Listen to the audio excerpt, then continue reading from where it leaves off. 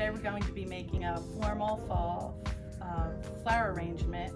We're going to be using scissors and wire cutters, a beautiful base, some fresh flowers from your local market, not very expensive, and we're going to use some silk hydrangeas. You can use them tall and bend them to go into a shorter arrangement, and that's going to be our base. Cut your stems and place them throughout the arrangement and fill in.